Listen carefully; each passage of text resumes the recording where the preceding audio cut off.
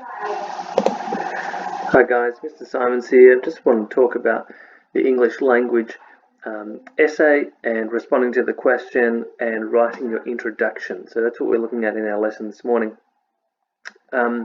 This is question 9 from the 2018 English language exam.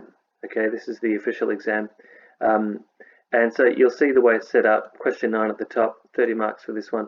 There's a stimulus material, A, B, C, and D. D is not there because they cannot reprint it due to copyright. So I'm not really sure what it is, but it might be in the essay itself. In my next tab over here, I've got the exam report and good examples. So I just want to have a look at the question first before we jump into the introduction. Language use can reveal the underlying attitudes of dominant groups to a range of identities and cultures in contemporary Australian context. In the contemporary Australian context.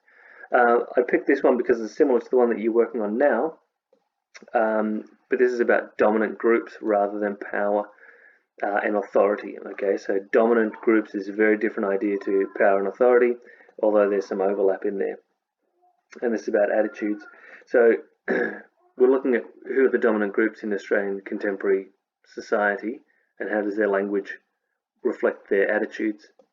All right, so it's quite a complex question, you'll see. But just have a look, jump over here. This is a discussion of question 9 and how students wrote about it.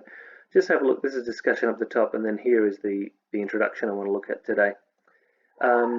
Students often wrote well about how minorities establish their identities and cultures, often focusing on ethnic minorities. So these are some of the paragraphs that were written. Ethnic minorities, Aboriginal English, teens and teen speak, which is probably overdone a bit, but that's okay.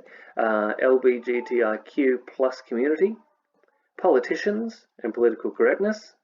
Notice how these could all be separate paragraphs of their own. And you could actually use these in yours. Okay, but power and authority, ethnic minorities, do they have power and authority, or are they subject to power and authority? These guys, power and authority. These guys, power and authority. So when you're talking about power and authority, you could talk about a rebellion against power and authority, and teens are trying to rebel against their parents and their society and things like that. One way they do that is through teen speak. However, many were unable to identify a dominant group whose attitudes have been negotiated by minorities. So they didn't complicate the question. They didn't do a complex contention. Some argued, sometimes successfully, that teen speak is a dominant influence with teenagers and therefore defining of identity and culture. This missed the point of the topic, which was to encourage a discussion of the influences and influencers on language at a macro level. The students who discussed Standard Australian English as a major arbiter of identity and culture were able to go on and compare how minority groups manage and negotiate their own identities and culture within this matrix. So notice how they're talking about here, Standard Australian English is a large portion of English in Australia, and you need to use that in order to succeed in many different fields. Okay, and we talked about that a lot in Year 11. So it's saying that the students who answered by saying, hey, Standard Australian English is a big deal and for you guys, power and authority. Standard Australian English has power and authority. Okay, so you could talk about that. The following high scoring response is reproduced in its entirety, so the whole essay. It is a good example of a student consistently using contemporaneous evidence, that's contemporary evidence, along with reference to stimulus material. So they've done this well, they've done the task well. Okay. There is enough meta language to be acceptable. It maintains structure across blah, blah, blah. For example, all right, let's just jump in. I want to talk about the structure of the introduction, guys, because I want you to write that today. So this is it. This is the whole intro. It's actually quite short, and it could be a bit longer and discuss the ideas a bit longer, but it does the job of an introduction. It identifies the issue within the topic. It addresses the topic and gives a contention, and then it flags what the essay is going to discuss in its body paragraphs. Okay. Language encapsulates the values and belief of a society, making it so interconnected and influential on each other. Notice this is an overall discussion of the essay topic. Here, language use can reveal the underlying attitudes of dominant groups to a range of identities and cultures in contemporary Australian context. Okay, so that's a discussion of the issue or the ideas within the topic.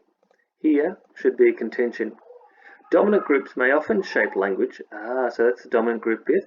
Dominant groups may often shape language with their overarching values, which is occasionally seen through language used towards different cultures and ethnicities. Okay, so that is complicating the issue, which occasionally seen through. Okay, here's some. This should be signposting of what's coming up in the body paragraphs. Language can also reflect the gender biases of society, especially directed at women.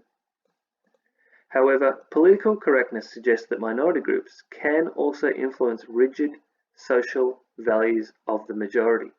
Notice that this allows the minority groups to influence the majority. So that is an interesting thing, and they should have saved that for the last paragraph, because the last paragraph is where you really want to wow your assessor and your teacher. Okay, and that's the final paragraph before a short conclusion. Okay, so guys, hopefully you've seen how this works. This is a short and sharp introduction, but the language is concise.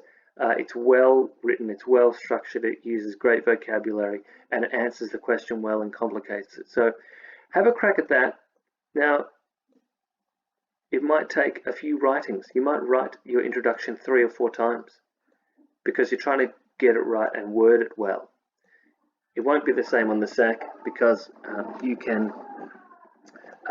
had a lot of practice in writing your introduction. Okay, so you won't take as long later on. Please ask me any questions if you are struggling, and access these documents. They'll be on files for you. Bye.